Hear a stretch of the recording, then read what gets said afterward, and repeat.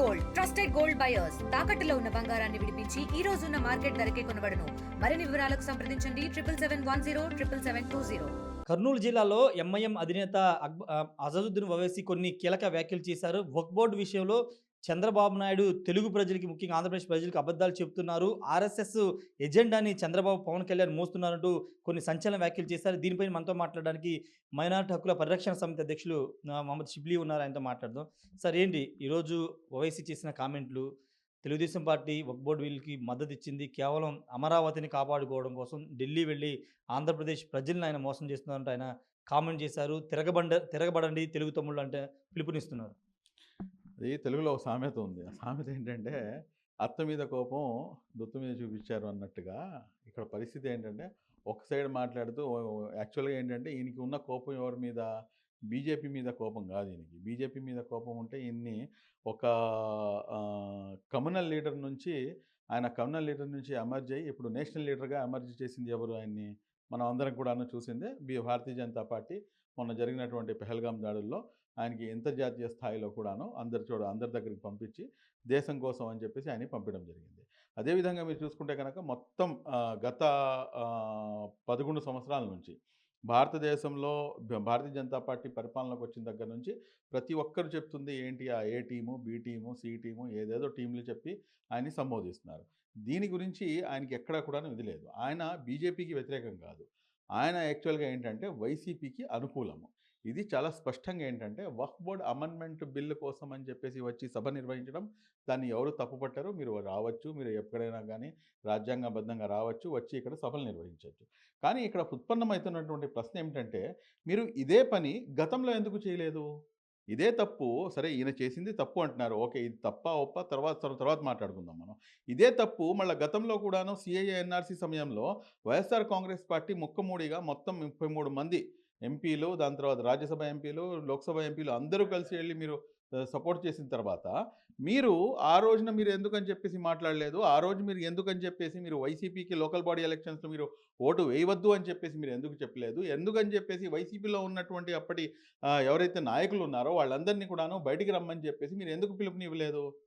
ఈ రోజున మీరు ఈ మాట అంటున్నారంటే కనుక మీ యొక్క చిత్తశుద్ధిని శంకించాల్సినటువంటి అవసరం ఎంతైనా ఉంది. ఈ రోజున మీకు వైఎస్ఆర్ కాంగ్రెస్ పార్టీ మీ దోస్తు, వైఎస్ జగన్మోహన్ రెడ్డి గారు మీ దోస్తు కోసం మీరు చేస్తున్నటువంటి ఏదైతే కార్యక్రమాలు ఉన్నాయో అందులో భాగంగా ఇది ఒక పొలిటికల్ ఎజెండాని తీసుకొచ్చి ఏదైతే మతం ముసుగులో, లేకపోతే కనుక ఒక ఏమంటారు వక్ఫ్ అమెండ్మెంట్ అన్నటువంటి ఒక సున్నితమైనటువంటి ముసుగులో మీ యొక్క రాజకీయాన్ని మీరు ఇక్కడ బీజం పోయాలని చెప్పేసి మీరు చూస్తున్నారు. ఎందుకు రావాలండి బయటికి? ఎందుకు రావాలి? రాజకీయ చైతన్యం ఉన్నటువంటి సమాజం నుంచి మీరు మాట్లాడుతున్నారా? లేకపోతే రాజకీయ శూన్యత ఉన్నటువంటి సమాజం నుంచి మీరు అడ్రస్ చేస్తున్నారా? ఎందుకని చెప్పేసి తెలుగుదేశం పార్టీలో ఉన్నటువంటి నాయకులు బయటికి రావాలి. రావాల్సినటువంటి అవసరం ఏమిటి అని చెప్పేసి ఈ రోజున మేము సూటిగా అస్దుద్దీన్ ఓవైసీ గారిని మేము ప్రశ్నిస్తున్నాం. అంటే వక్ఫ్ బోర్డు విషయంలో చాలా వ్యూహాత్మకంగా ఇక్కడ బీజేపీలో కలిసి ఉన్నటువంటి చంద్రబాబు గారిని, పవన్ కళ్యాణ్ వ్యవహరించారు. ముస్లిం ఓటు బ్యాంకు జారిపోకుండా వ్యూహాత్మక అడుగులేశారు, మద్దతు ఇచ్చారు అనే కామెంట్ కూడా ఆయన చేశారు. అంటే మీరు ఇక్కడ చూడండి, మీరు ఇక్కడ సరే ఈయన మద్దతు ఇచ్చారు అని చెప్పి మీరు కామెంట్ చేస్తున్నారు. దాని గురించి అయితే నేను నెంబర్ ఆఫ్ టైమ్స్ అనేక విషయాలు నేను చాలా స్పష్టంగా ప్రస్తావించేశాను. కాకపోతే ఇక్కడ మీరు అబ్జర్వ్ చేయాల్సినటువంటి అంశం ఏంటంటే, వైఎస్ఆర్ కాంగ్రెస్ పార్టీ ఇప్పటికి కూడాను ద్వంద్వ నీతిని అమలు చేస్తుంది. అదేంటంటే పార్లమెంట్లో పూర్తిగా దానికి మేము వ్యతిరేకం అని చెప్పేసి అటు రాజ్యసభలో వెళ్ళేటప్పటికీ ఎవరైతే నత్వానీ గారు ఉన్నారో, నత్వానీ గారు లాంటి ఒక మన ఎంపీలు కంప్లీట్గా ఆ బిల్లుకి అనుకూలంగా వాళ్ళు ఓటు వేశారు. అంటే బిల్ పాస్ అవ్వడానికి వాళ్ళు ప్రయత్నం చేశారు. మరి అలాంటప్పుడు ఈ ద్వంద్వ నీతి మీకు కనిపించలేదా అస్దుద్దీన్ ఓవైసీ గారు? ఈ రోజున ఎట్టు తిరిగినా కానీ, ఎట్టి పరిస్థితుల్లో అయినా కానీ ఈ రోజున ఏంటంటే అమరావతి రాజధానిపై మాట్లాడతారు. అమరావతి రాజధాని అనేది వారి యొక్క కుటుంబ సభ్యుల కోసం అని చెప్పేసి. అమరావతి రాజధాని అనేది 5 కోట్ల ప్రజల కళ్ళ రాజధాని అన్న సంగతి మీకు తెలీదా? లేకపోతే ఆంధ్ర రాష్ట్రం అభివృద్ధి చెందడం మీకు ఇష్టం లేదా? లేకపోతే ఆంధ్ర రాష్ట్రంలో ఉన్నటువంటి ప్రజలు, లేకపోతే కనీసం ఆంధ్ర రాష్ట్రంలో ఉన్నటువంటి ముస్లిం మైనార్టీలు సుఖ సంతోషాలతో ఉండడం మీకు ఇష్టం లేదా? గత 5 సంవత్సరాలు 2019 నుంచి తీసుకొని 2024 వరకు అనేకమైనటువంటి అంశాల్లో ముస్లిం మైనార్టీలకు అనేక ఇబ్బందులు ఇబ్బందులు వచ్చినప్పుడు మీ నోరు ఎక్కడ పడిపోయింది? ఎందుకని చెప్పేసి మీరు మాట్లాడలేదు? ఎందుకని చెప్పేసి అప్పుడు మీరు ప్రశ్నించలేదు? ఈ రోజున మీరు ఎందుకని చెప్పేసి ప్రశ్నిస్తున్నారు? మీ యొక్క పొలిటికల్ అజెండాని మీరు అమలు చేస్తున్నారు. ఈ రోజున మీరు ఇంకో మాట అన్నారు. సెక్యులరిజము దాని తర్వాత దీనికి వ్యతిరేకమా మీరు చంద్రబాబు నాయుడు గారు అని చెప్పేసి. చాలా స్పష్టంగా మీరు ఇక్కడ గమనించాల్సినటువంటి అంశం ఏమిటంటే చంద్రబాబు నాయుడు గారు అధికారం చేపట్టిన తర్వాత నారా లోకేష్ గారు మన సెంట్రల్‌లో జాతీయ మీడియా ఆయనకి ఒక ప్రశ్న అడగడం జరిగింది. అదేమిటంటే ఏదైతే 4% రిజర్వేషన్ ఉందో ఆ 4% రిజర్వేషన్‌ని భారతీయ జనతా పార్టీ తీసేసిద్దని చెప్పేసి స్పష్టంగా చెప్పారు కదా! మళ్ళా ఈ 4% రిజర్వేషన్ పరమైనటువంటి ఆధారంగా ఇచ్చింది కదా! అంటే నారా లోకేష్ గారు దానికి ఇచ్చినటువంటి సమాధానం ఏమిటంటే ఇది మతపరమైనటువంటి అంశం కాదు. దీన్ని సోషల్ జస్టిస్ సామాజిక న్యాయం దృష్టితో మేము చూస్తాము అని చెప్పేసి. ఈ ఒక్క మాట చాలదా? ఎటువంటి సెక్యులర్ భావాలు కలిగి ఉన్నటువంటి నాయకులు వీరు అని చెప్పేసి. కాకపోతే ఇక్కడ మీకు ఇవన్నీ కూడాను పట్టవు. మీరేంటంటే మీ యొక్క రాజకీయ పబ్బాన్ని గడుపుకోవడానికి ఈ రోజున ఆల్ ఇండియా ముస్లిం పర్సనల్ లా బోర్డ్ ముసుగులో మీరు మీ యొక్క పార్టీ ఎజెండాని అదేవిధంగా వైఎస్ఆర్ కాంగ్రెస్ పార్టీ ఎజెండాని కూడాను మీరు అమలు చేయడానికి సాయశక్తులా ప్రయత్నిస్తున్నారు అని చెప్పేసి చాలా కుండబద్దలు కొట్టి మనం చెప్పొచ్చు. అంటే కేవలం అమరావతి కోసం, నిధుల కోసం, అమరావతి డెవలప్‌మెంట్ కోసమే మొత్తం రాష్ట్ర ప్రజల తీసుకువెళ్ళి మోడీ దగ్గర తాకట్టు పెడుతున్నారు. మోడీ ఏం చేసినా మద్దతు ఇస్తున్నా అనే కామెంట్ కూడా చేస్తున్నారు. గతంలో మళ్ళా సరే ఇది ఇప్పుడు చేస్తుంది ఇది తప్పా ఒప్పా అనేది ఒక పెద్ద చర్చ అండి. గతంలో 2019 నుంచి తీసుకుని 2024 వరకు ఈయన గారి దోస్తు అసదుద్దీన్ ఓవైసీ గారి యొక్క మేరా దోస్త్ అని చెప్తారు కదా! వైఎస్ జగన్మోహన్ రెడ్డి గారు ఏ బిల్లుని వ్యతిరేకించారు? ఒక్క బిల్ పేరు చెప్పండి. ఒక్క బిల్ పేరు చెప్పండి. ఈ రోజున దేశంలో అనేకమైనటువంటి ఇష్యూస్ జరుగుతున్నాయి. లేకపోతే ఇది జరగడానికి కారణం చంద్రబాబు నాయుడు గారు, ఇది జరగడానికి కారణం చంద్రబాబు నాయుడు గారు అని చెప్పేసి మీరు పదే పదే మాట్లాడుతున్నారు కదా! మరి అలాంటప్పుడు 2019 నుంచి 2024 వరకు ఏదైతే ఇష్యూస్ లేకపోతే ఏదైతే అట్రాసిటీస్ ముస్లిం సమాజంపై జరిగినాయో వాటికి కారణం వైఎస్ జగన్మోహన్ రెడ్డి గారు అని చెప్పేసి మీరు ఏ రోజు కూడాను ఎందుకు మాట్లాడలేదు? కాబట్టి ఇక్కడ చాలా స్పష్టంగా చాలా క్లియర్‌గా అర్థమవుతుంది ప్రజలకి ఏంటంటే మీరు ఆల్ ఇండియా ముస్లిం పర్సనల్ లా బోర్డ్ ముసుగులో మీ యొక్క రాజకీయ పబ్బాన్ని గడుపుతున్నారు. సార్ ముస్లింలకి ఓవైసీ ఒక కామెంట్ కూడా ఒక పిలుపు కూడా ఇచ్చారు. చంద్రబాబు మీ మాట వినకపోతే బయటకొచ్చేయండి. లోకల్ బాడీ రాబోయే స్థానిక సంస్థల ఎన్నికల్లో మీ సత్తా చాటండి అని ఆయన ఒక పిలుపునిచ్చారు. అది వినే అవకాశం ఉందా ఆంధ్రప్రదేశ్‌లో ముస్లిం మైనారిటీలు? ఆయన మాట వినే అవకాశం లేదు అన్న సంగతి ఆయనకి బాగా తెలుసండి. కాబట్టి ఆయనేంటంటే కేవలం ఆ ఓల్డ్ సిటీ వరకు ఆ 7 నియోజకవర్గాలు వదిలేసి మిగిలిన ఎక్కడ కూడాను వచ్చి పక్కనే కదండీ మనం ఆంధ్ర రాష్ట్రం, ఉమ్మడి రాష్ట్రం ఉన్నప్పుడు కూడాను మీరు ఏ రోజున కూడాను ఆంధ్ర రాష్ట్రంలో వచ్చి పోటీ చేసినటువంటి దాఖలాలు లేవు. గతంలో ఎప్పుడో అక్కడ ఇక్కడ ఆరాకొరా మీరు చేశారు. ఇప్పుడు ఎప్పుడైతే వైఎస్ జగన్మోహన్ రెడ్డి గారు ఇక్కడ అధికారంలోకి వచ్చిన తర్వాత మీరు కంప్లీట్‌గా ఏంటంటే దాసోహంగా ఆయనకి ఒక బానిసగా మీరు తయారైపోయారన్న సంగతి అందరికీ తెలిసిందే. ఈ రోజున మీరు మీ యొక్క పొలిటికల్ పార్టీ పెట్టుకొని మీరు ఏ రోజున కూడాను ఆంధ్ర రాష్ట్రం నుంచి మీరు ఎక్కడి నుంచి కూడాను మీరు పోటీ చేయలేదు. మరి అలాంటప్పుడు ఈ రోజున మీరు ఆల్ ఆఫ్ సడెన్‌గా తెలుగుదేశం పార్టీలో ఉన్నటువంటి ముస్లింలు బయటకు వచ్చేయండి అని చెప్తే ఎందుకు రావాలి? గత 42 సంవత్సరాల నుంచి తెలుగుదేశం పార్టీ ముస్లిం మైనారిటీలకి కావాల్సినటువంటి అనేకమైనటువంటి అంశాలు ఆర్థికంగా, సామాజికంగా, రాజకీయంగా అనేక అంశాల్లో కూడాను మేము సెక్యులర్ భావాలు కలిగినటువంటి పార్టీ అని చెప్పేసి చాలా స్పష్టంగా ఎస్టాబ్లిష్ చేసుకొని ఉన్నారు. ఈ రోజున రాజకీయ చైతన్యం లేకుండా ఉన్న పళంగా మీరు ఇంకా 4 సంవత్సరాలు ఉంది. సరే దాంట్లోంచి రావాలా? లేకపోతే వాళ్ళు చేసింది తప్పా, ఒప్పా అనేది అదో డిఫరెంట్ చర్చ. కానీ 4 సంవత్సరాలు ఇంకా అధికారం పెట్టుకొని మీరందరూ కూడాను బయటకొచ్చేయండి అంటే ముస్లిం సమాజానికి మీరు ఏం చేయబోతున్నారు? మీరు ఎటువంటి మేలు చేయబోతున్నారు? ఏ రకంగా ఇప్పుడు మొన్న మీకు తల్లికి వందనం అన్న కార్యక్రమంలో ఎంతమందైతే ఉన్నారో పిల్లలు వాళ్ళందరికీ కూడాను డబ్బులేశారు. ఇది మీ కంటికి కనిపించలేదా? దీని గురించి మీరు మాట్లాడలేరా? దీని గురించి మీరు పాజిటివ్‌గా మీరు వెల్కమ్ చేయలేరా? వైఎస్ జగన్మోహన్ రెడ్డి గారు కుటుంబంలో అందరికీ ఇస్తాను అని చెప్పేసి ఆయన ఒక్కడికే ఇచ్చి మాట ఇచ్చి మడమ తిప్పినటువంటి నాయకుడు ఆయన.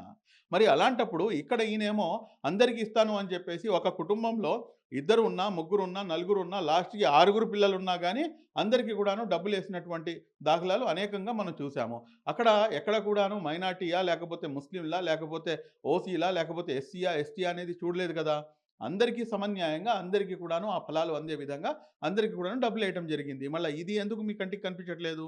ఎందుకని చెప్పేసి కావాలని చెప్పేసి పర్టిక్యులర్‌గా ఈ అంశాలన్నిటిని కూడాను లేవదీసి మీరు గత 5 సంవత్సరాల్లో చేసినటువంటి ఏదైతే అరాచకపు పరిపాలన ఉందో ఇంకోటి గమ్మత్తైన అంశం ఏంటంటే ఈయన చెప్పింది రాబోయే రోజుల్లో ఇంకా అంటే ఆల్రెడీ తెలుగుదేశం పార్టీపై తీవ్ర వ్యతిరేకత ఉంది.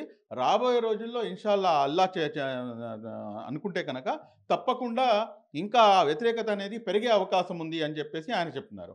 అంటే మీ యొక్క ఇంటెన్షన్స్ ఏ రకంగా ఉన్నాయి అంటే తెలుగుదేశం పార్టీ ఏదో రకంగా ఇక్కడ నామరేఖలు లేకుండా పోవాలి, మళ్ళీ మీ యొక్క దోస్తు మళ్ళీ అధికారం చేపట్టాలి అన్నదే ఉంది తప్పించి ముస్లింలకు మేలు జరగాలి, ముస్లింలకు మంచి జరగాలి అన్న ఆలోచన మీకు ఏమాత్రం కూడాను లేదు అన్న సంగతి ఇంకొకసారి మీ మాటల ద్వారానే మీరు స్పష్టం చేశారు. ఫైనల్గా ఒక క్లారిటీ ఇవ్వండి. ఇప్పటి వరకు మీరు అన్నట్టు జగన్ మేరా దోస్త్ అంటూ పొరుగున్న తెలంగాణలో మాత్రమే ఓవైసీ చెప్పారు. ఇప్పుడు ఏకంగా ఆంధ్రప్రదేశ్కి వచ్చి ఇక్కడ ముస్లింని ఆయన వైపు తిప్పే ప్రయత్నం చేస్తున్నారు. భవిష్యత్తులో ఆంధ్రప్రదేశ్లోకి జగన్కి మద్దతుగా ఆయన ఇక్కడికి వస్తే కనుక ఏదన్నా ఉండే అవకాశం ఉందంటారు? భవిష్యత్తులో కాదండి, 2019 నుంచి 2024 వరకు సూటిగా స్పష్టంగా ఆయన పూర్తిగా వైఎస్ జగన్మోహన్ రెడ్డి గారికి మద్దతుగా నుంచున్నారు. 2024 ఎన్నికల్లో సమయంలో సైతం కూడాను నేను చెప్తున్నాను, మీరందరికీ ముస్లింలారా మీరందరూ కూడాను ఓటు వైఎస్ జగన్మోహన్ రెడ్డి గారికి వేయండి, YS Jaganmohan Reddy is far far better, ఓ బెహతర్ హే, ఈ చంద్రబాబు నాయుడు గారికి మీరు ఓటు వేయమాకండి అని చెప్పారు. కానీ ఇంతకుముందు హైదరాబాద్లో ఉన్నారు, కానీ ఇప్పుడు ఏకంగా ఆంధ్రప్రదేశ్లో వచ్చాయని మాటలు చెప్తున్నారు. ఈయన ఆంధ్రప్రదేశ్లో వచ్చి ఈ మాటలు చెప్తున్నారంటే కనుక మీరు ఇక్కడ గమనించాల్సిన అవసరం ఒకటి ఉంది సార్. గతంలో ఈయన అసదుద్దీన్ ఓవైసీ గారిని ఆంధ్రప్రదేశ్ రావాలంటే కనుక ఆయన్ని రానియకుండా ఆపారు. ఎవరు? వైఎస్ జగన్మోహన్ రెడ్డి గారు. ఎందుకు ఆపారు? కేవలం మోదీ గారికి భయపడి అసదుద్దీన్ ఓవైసీ గారిని ఇక్కడ రానివ్వలేదు. కానీ ఇక్కడ మీరు చూడాల్సిన అంశం ఏంటంటే మొన్న ఆధునికి వచ్చారు, ఈ రోజున కర్నూలుకి వచ్చారు. ఇంకా 2-3 ఎన్నికలకు ఇంకా 2-3 సభలు ఉన్నాయంట, వాటికి కూడా వస్తారంట. అంటే చాలా స్పష్టంగా ఏంటంటే ఏదైతే వాక్ స్వాతంత్ర హక్కు ఉందో, ఏదైతే మన ఇచ్చినటువంటి రాజ్యాంగం ఇచ్చినటువంటి రాజ్యాంగ విలువలు, రాజ్యాంగ స్ఫూర్తి ఏదైతే ఉందో దానికి కట్టుబడి ఎవరైనా రావచ్చు, ఎవరైనా మాట్లాడవచ్చు అని చెప్పేసి కంప్లీట్ ఫ్రీ హ్యాండ్ ఇచ్చినటువంటి ప్రభుత్వం తెలుగుదేశం పార్టీ ప్రభుత్వం. అందులో ఎటువంటి అనుమానం లేదు. కాబట్టి మీరు ఈ రోజున చెప్పండి, ఇంకోసారి చెప్పండి, ఈసారి రాయలసీమలో అత్యధికంగా ముస్లిం జనాభా ఉన్నటువంటి పరిస్థితి. కానీ ఈ రోజున తెలుగుదేశం పార్టీకి ఎన్ని సీట్లు, ఇంత మెజారిటీ వచ్చిందంటే భారతీయ జనతా పార్టీతో కలిసి ఉన్నా కూడా కానీ నారా చంద్రబాబు నాయుడు గారిపై ఏదైతే ఉన్నటువంటి నమ్మకం ఉందో ఆ అపారమైనటువంటి నమ్మకంతో ఈ రోజున ఆంధ్ర రాష్ట్రంలో ఉన్నటువంటి ముస్లింలు వన్ సైడెడ్గా తెలుగుదేశం పార్టీకి ఓటేయడం జరిగింది. ఇది చాలా స్పష్టంగా కనిపిస్తుంది. ఎందుకంటే రాయలసీమ లాంటి ప్రాంతం, నంద్యాల, రాయచోటి, దాని తర్వాత కర్నూలు, ప్రతి చోట కూడా ఎక్కడైతే ముస్లింలకే టికెట్లు ఇవ్వాలి అటువంటి ప్రాంతంలో కూడాను అందరు కూడా గెలిచారు. అంతెందుకు సార్, లాస్ట్కి ఒక చిన్న ఎగ్జాంపుల్ చెప్పేస్తాను మీకు. 7గురిని వైఎస్ఆర్ కాంగ్రెస్ పార్టీ ముస్లింలకు సీట్ ఇచ్చింది, 3గురినేమో తెలుగుదేశం పార్టీ సీట్ ఇచ్చింది. 3 తెలుగుదేశం పార్టీలో ఉన్నటువంటి ముస్లిం సోదరులందరూ కూడా గెలుపొందితే అక్కడ ఉన్నటువంటి 7గురు కూడాను డిపాజిట్ కూడా లేకుండా వాళ్ళందరూ కూడా ఓడిపోయినటువంటి పరిస్థితి. కాబట్టి ఎవరి మాట వింటున్నారు అనేది చాలా స్పష్టంగా కనిపిస్తుంది. రాబోయే రోజుల్లో అంటారా, రాబోయే రోజుల్లో చక్కగా చూద్దాం, రాజెవరో రెడ్డెవరో అనేది చాలా స్పష్టంగా తెలుస్తుంది. Thank you sir. ఖచ్చితంగా భవిష్యత్తులో రాజు ఎవరో రెడ్డి ఎవరో తెలుస్తుందని చెప్తున్నారు. రాయలసీమలో అసదుద్దీన్ ఓవైసీ ప్రచారం చేసి ఇంకేం చెప్పినా అక్కడ ఉన్నటువంటి ముస్లిం మైనారిటీలు నమ్మే పరిస్థితి లేదు. దానికి ఉదాహరణ 2024 ఎన్నికల్లోనే అక్కడ ముస్లిం మైనారిటీలు వన్ సైడెడ్గా కూటమికి తెలుగుదేశం పార్టీకి మద్దతుగా నిలిచారనేది షుబ్లీ అయితే చెప్తున్నారు. కెమెరా పర్సన్ శ్రీనివాస్తో రాజేష్ RTV విజయవాడ నుండి. తెలుగులో న్యూస్ కి ఫాస్టెస్ట్ యాప్ ఇప్పుడు టోటల్లీ న్యూ అవతార్లో జస్ట్ 5 సెకండ్స్ లో కంప్లీట్ న్యూస్, సోషల్ మీడియాలో ట్రెండ్స్ కి one stop solution, live TV app, voice search option తో ఇప్పుడే డౌన్లోడ్ చేయండి లేదా అప్డేట్ అయిపోండి. యాప్ లింక్ డిస్క్రిప్షన్ లో ఉంది.